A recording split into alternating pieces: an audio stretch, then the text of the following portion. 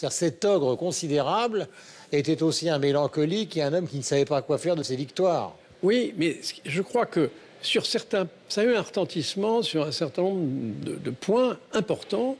Je crois que c'est son refus de la littérature, qu'il considérait comme quelque chose d'un peu bourgeois, et il voulait s'identifier par rapport à Pompidou, par rapport à De Gaulle, sans savoir que c'était l'ADN de la France, la littérature. Et ça explique qu'il n'ait pas voulu reconnaître pour la Constitution européenne les racines judéo-chrétiennes. Parce que c'est la culture, c'est pas une question de foi, les racines judéo-chrétiennes. C'est que toute la culture européenne est faite justement de la Bible, de l'Évangile. Alors, sur ce plan-là, complément de Marc Lambron et Camille, puisqu'il faut qu'on parle quand même d'histoire. Alors, Et ce qui s'est construit justement dans cette... C'est quand même un homme qui a connu les grandes écoles, Sciences Po, l'ENA, etc. Pourquoi aurait-il cette méfiance à l'égard de ce qui fait justement la définition de la France, c'est-à-dire la littérature, la langue, puisque nous sommes là pour parler de francophonie? alors, c'est un énarque des années 50. C'est le fils d'un homme qui fabriquait des avions.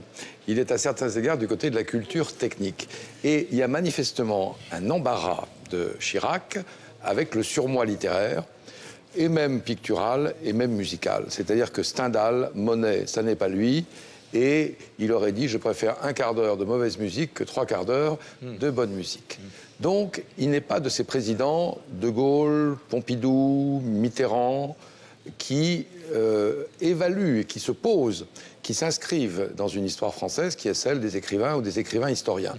Pas plus que ses 2 successeurs, d'ailleurs. Bon, il y a ça. Et donc, cette pudeur aurait créé le secret. À mon avis, il y a des... Ça va ailleurs. Alors, moi, j'ai toujours été interloqué par Chirac, parce que d'un côté, il y a tout ce qu'on dit, c'est-à-dire la Corona, la Corrèze, le Salon de l'Agriculture, la tête de veau.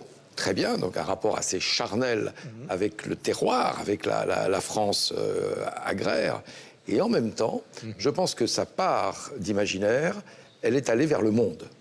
Et donc, c'est pas Stendhal, mais c'est l'Afrique, c'est la Chine, c'est le Japon, et donc c'est plutôt les idoles Toltec, si vous voulez, que Chateaubriand.